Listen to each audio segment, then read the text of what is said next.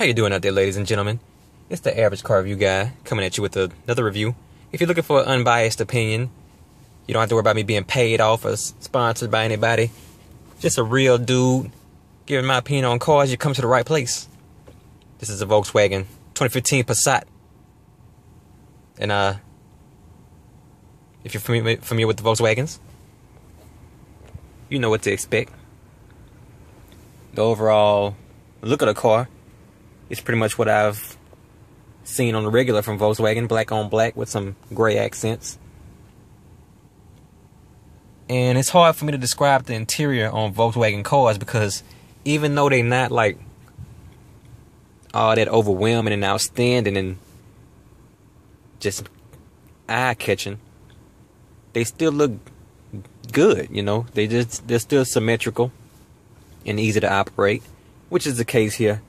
You got the standard Volkswagen console. Looks just like that Volkswagen Tiguan that I did a while back. The clock that Volkswagen throws in, the typical dashboard look. The wheel with the phone controls, and that's about it, huh? No cruise control, but I know it's here. I think they put theirs on the wheel, on these knobs somewhere. Where do they put their cruise? There it is. Cruise control over here on that little knob thing. A little different than what we're used to, but it's a German car. Automatic lights and the control for your illumination. Trip adjusters over here and everything, apparently. And a slightly different fuel gauge than what we're used to in America, but one is full, half a tank empty. You can figure it out. The little screen with the digital information in the center. How many miles left you got until E, speedometer, your odometer reading. You know what that is. Power locks, power side windows, automatic windows and everything. The door is lined with a soft touch material. This part is plastic. And then another soft touch area up here. The dash is a nice soft touch material. It's not plastic. Very soft. And I like that. I like that soft touch on the dashboard at least. Can you at least give us that, automakers? I know it's not a luxury car, but man. But pretty soft. Up there. But down here you get into some more plastics. Not that real hollow cheap plastic, but hey. Your gear shift with a little chrome accent. A charger. If you're looking for a cigarette lighter, you won't find it these days. So sorry, you smokers. The radio is, just like a Volkswagen radio. If you've never seen one, this is how they're usually set up. Real plain looking, but still attractive and very easy to operate. You don't have to worry about a ton of buttons that do all kind of sort of different things. Straightforward and to the point. That's how they do it in Germany, huh? No time to play around. Get the job done. Your cup holders, standard size. And let's see. What do we got here? Your auxiliary in and another volt charger. 12 volt. The seats are, I don't think this is leather, but it's some kind of leather-like material. And they're not bad looking. They're soft. This might be leather. Don't quote me on that, but if it's not leather, it feels like leather. Or some type of synthetic imitation leather. But hey, it's better than what you get out of most cars. Unless you go with a premium version. The floor mats kind of threw me off. I thought they were upside down, but they're rubber. This is the Wolfsburg edition Volkswagen Passat. How bad was my German accent? Wolfsburg edition, in case you can't read that.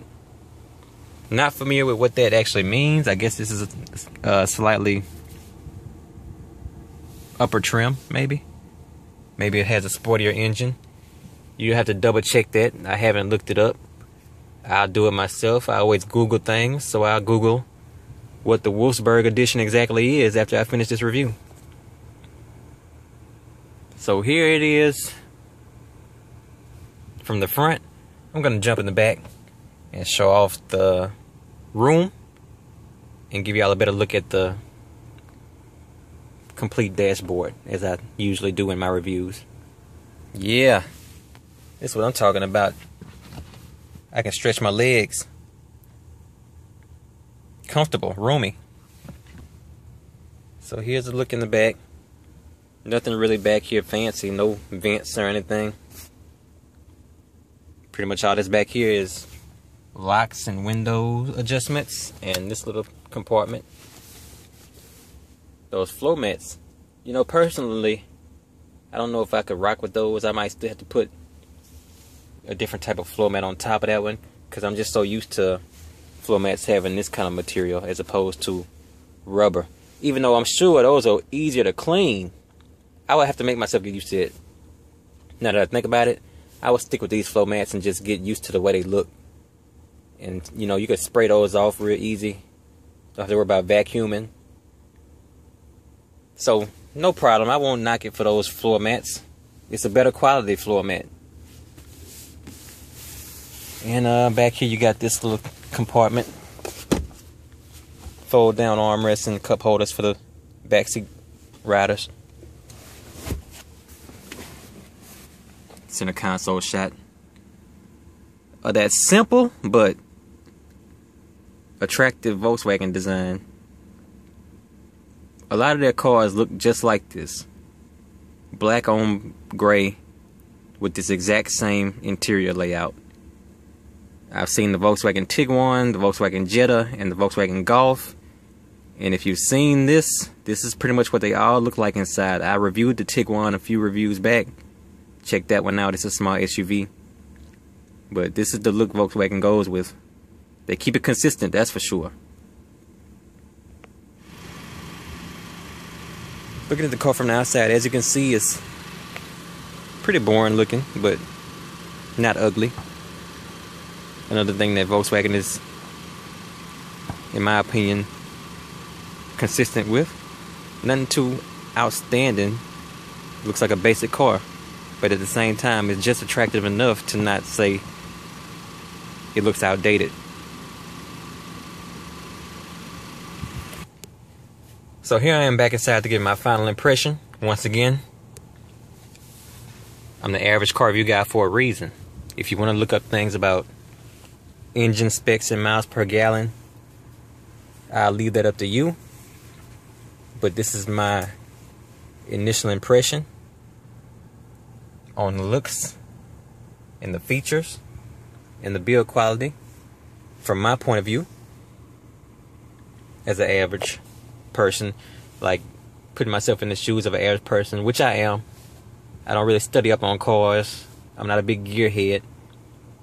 If I was shopping for a car and I walked into the dealership and I test drove this car, that's what I base my reviews on.